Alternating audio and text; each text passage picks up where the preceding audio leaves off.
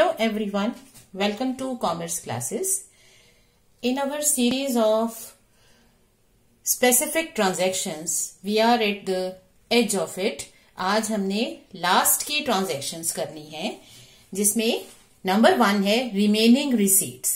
Like अब तक हमने डिस्कस किया subscription, sale of old newspapers, transactions of fixed assets, transactions relating to sports materials, consumable items, and legacies, donations. So we have covered all the specific transactions. Now we are left with the remaining because we cannot make a comprehensive list, exhaustive list नहीं बन सकती. So कुछ transactions ऐसी हैं जो different organisations में different हो सकती हैं. सो उनको सबको कवर कर लेंगे हम रिमेनिंग रिसीट्स में. तो जो रिसीट आइटम्स पहले कवर नहीं हुई हैं वो इसमें आ जाती हैं. अब जितनी भी रिसीट्स बच गई जिनके बारे में हमने अलग से नहीं पढ़ा वो 2 कैटेगरीज में बांट सकते हैं. सो कोई भी हमें आइटम दे रखी हो जो पहले डिस्कस नहीं की है तो वो या तो रेवेन्यू होगी या कैपिटल होगी. अब हमें ये चेक करना है कि रेवेन्यू या कैपिटल किस तरह से डिसाइड होता है. अगर कोई भी ट्रांजैक्शन रेगुलर है, रिकरिंग है, ऑर्डिनरी है, दैट मीन्स अगर आप उस ऑर्गेनाइजेशन का एजेंडा देखो या उस ऑर्गेनाइजेशन का ऑब्जेक्टिव देखो तो उसके अकॉर्डिंगली अगर ये ट्रांजैक्शन एक ऑर्डिनरी ट्रांजैक्शन है, जैसे ऑर्गेनाइजेशन को जब पैसे मिलते हैं दे मेक इन्वेस्टमेंट्स, तो उस इन्वेस्टमेंट्स पे उनको इंटरेस्ट मिलता है, तो ये एक ऑर्डिनरी ट्रांजैक्शन है. It is normal in their activities. और ये रिकरिंग है मतलब मंथ आफ्टर मंथ ये होती रहेगी. सो ऐसी ट्रांजैक्शंस आ जाती है रेवेन्यू रिसीट्स में. Like interest on general investments. General word क्यों यूज कर रहे हैं? क्योंकि अगर कोई स्पेसिफिक इन्वेस्टमेंट हो जिसके अगेंस्ट फंड होता है तो वो कैपिटल ट्रांजैक्शन है, वो फंड में जाती है. We have discussed fund accounts, right. Rent received है, लाइक ऑर्गेनाइजेशन ने लॉकर्स बना रखे हैं जो वो रेंट पे देते हैं, या कोई बिल्डिंग रेंट पे दे दी, या लॉन्स को रेंट पे दे देते हैं, तो रेंट रिसीव्ड है. So any sort of income जो रेगुलर है वो रेवेन्यू है. अब हमारा जो बेसिक रूल है वो क्या है? रेवेन्यू ट्रांजैक्शंस इनकम और एक्सपेंडिचर में जाती हैं. कैपिटल ट्रांजैक्शंस हमेशा रेलेवेंट अकाउंट के थ्रू बैलेंस शीट में एडजस्ट होती हैं. सो रेवेन्यू ट्रांजैक्शन हमारी किस में चली जाएगी? इनकम एंड एक्सपेंडिचर में. लेकिन हमें बेस चेंज करना होगा क्योंकि ये है रिसीट. रिसीट होती है कैश बेसिस पे, बट इनकम एंड एक्सपेंडिचर बनता है एक्रूवल बेसिस पे. तो हमें बेस चेंज करके लिखना पड़ेगा. अब बेस कैसे चेंज होता है? तो आपने सब्सक्रिप्शन में पढ़ा था, स्पोर्ट्स मटेरियल की ट्रांजैक्शन में पढ़ा था कि जब भी हमें बेस चेंज करना है हमें आउटस्टैंडिंग्स और प्री पेमेंट्स को एडजस्ट करना है. सो जो हमारी इनकम है, इनकम ऑफ द ईयर कहां से निकलेगी? अमाउंट रिसीव्ड से. Receipt is a starting point क्योंकि हमें रिसिप्ट गिवन है. सो इस स्टार्टिंग पॉइंट में हम आउटस्टैंडिंग्स एडजस्ट करेंगे, एडवांस रिसीट्स एडजस्ट करेंगे. सो अगर आपके पास आउटस्टैंडिंग इन द बिगनिंग है तो अगर बिगनिंग का आउटस्टैंडिंग है इट मीन्स कि ये इस ईयर में रिसीव हो गया बट ये बिलोंग करता है लास्ट ईयर को, तो इसे माइनस कर देंगे. आउटस्टैंडिंग एट द एंड का मतलब होता है करंट ईयर का अमाउंट जो रिसीव नहीं हो पाया तो बैलेंस बच गया. क्योंकि ये करंट ईयर का अमाउंट हमें रिसीव नहीं हुआ, एंड में बैलेंस बचा है तो ये करंट ईयर से बिलोंग करता है, ऐड हो जाएगा.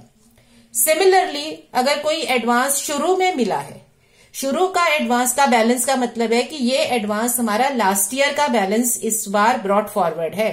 तो लास्ट ईयर में हमें एडवांस किस लिए मिला होगा? कमिंग ईयर, जो कि है ये वाला ईयर, करंट ईयर, उसका एडवांस है तो ये करंट ईयर को बिलोंग करता है, ऐड कर दो. Advance received eight the and.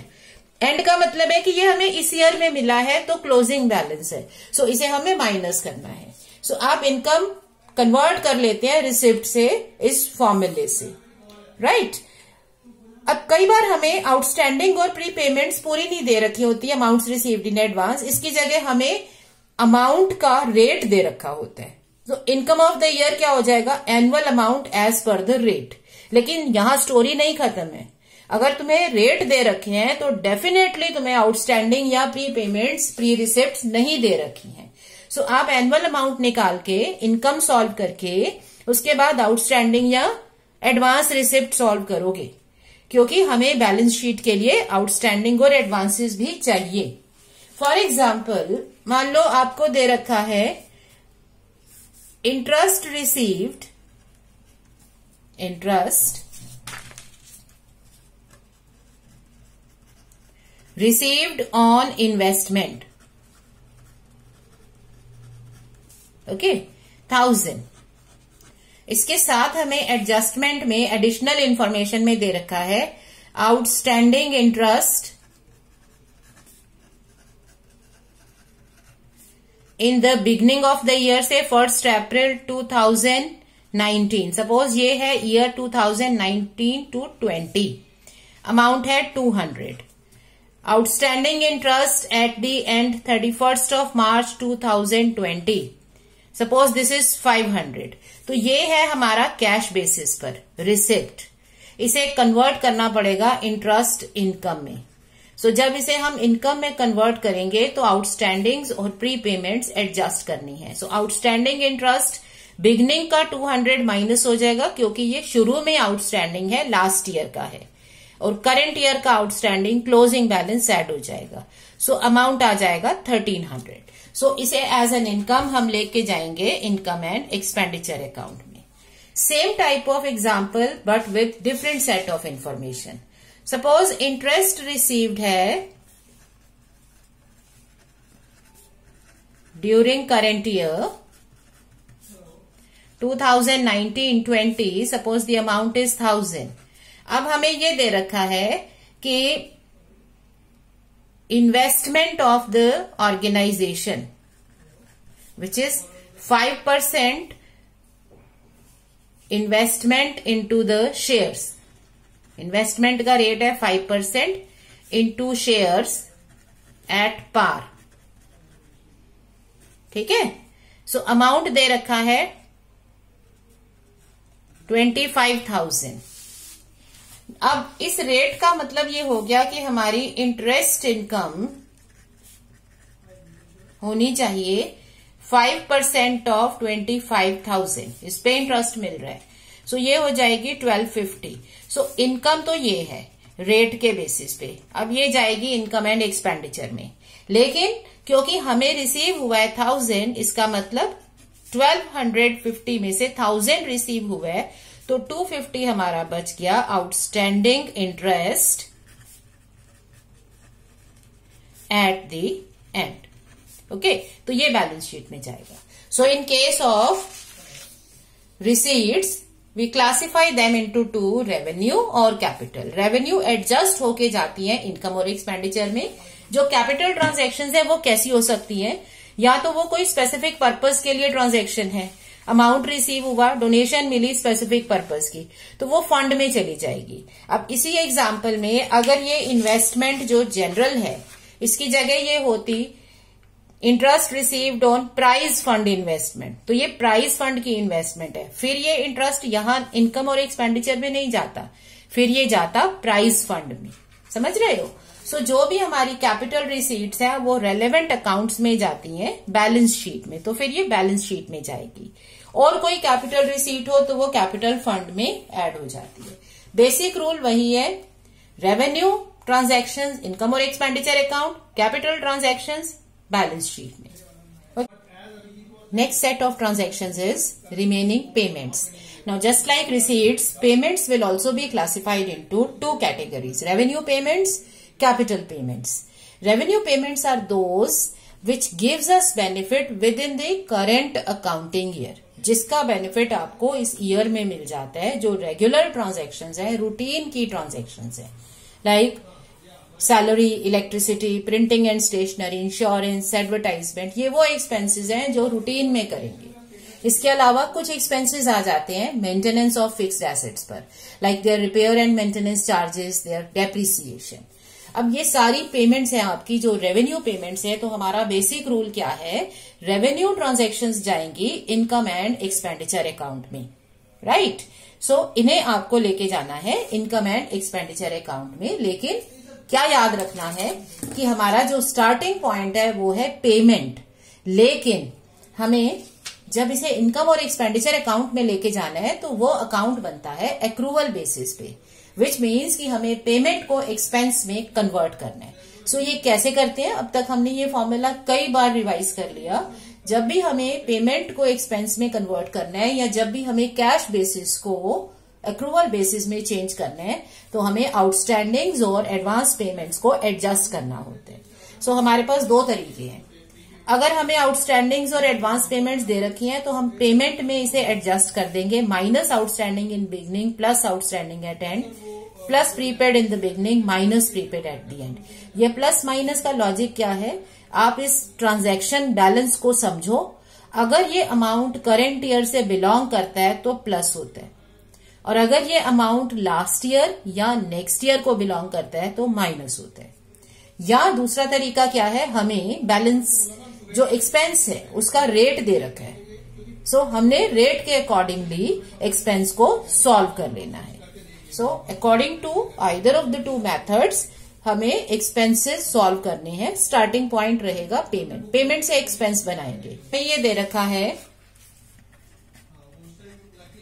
Rent paid for office building. आपके जो क्लब है या जो भी एनपीओ है उन्होंने एक ऑफिस बिल्डिंग ले रखी है, उसका रेंट पे किया 11,000 rupees during current year 2019-20। Okay, और इसके एडजस्टमेंट में दे रखा है building was taken on rent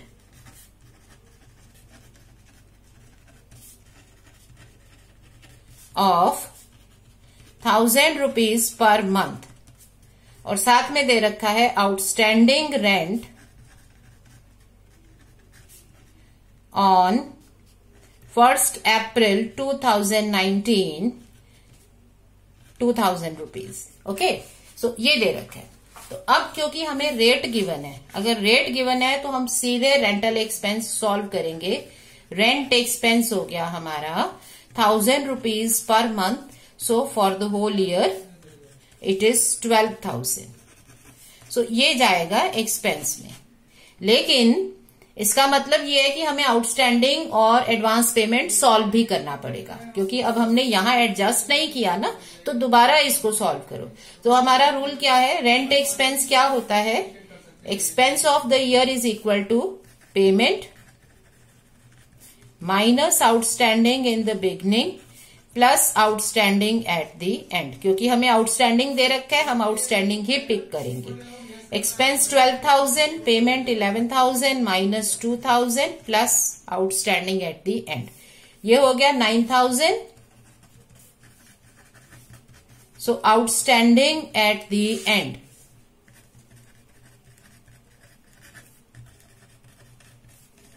मतलब क्लोजिंग बैलेंस आ गया 3,000 रुपीज।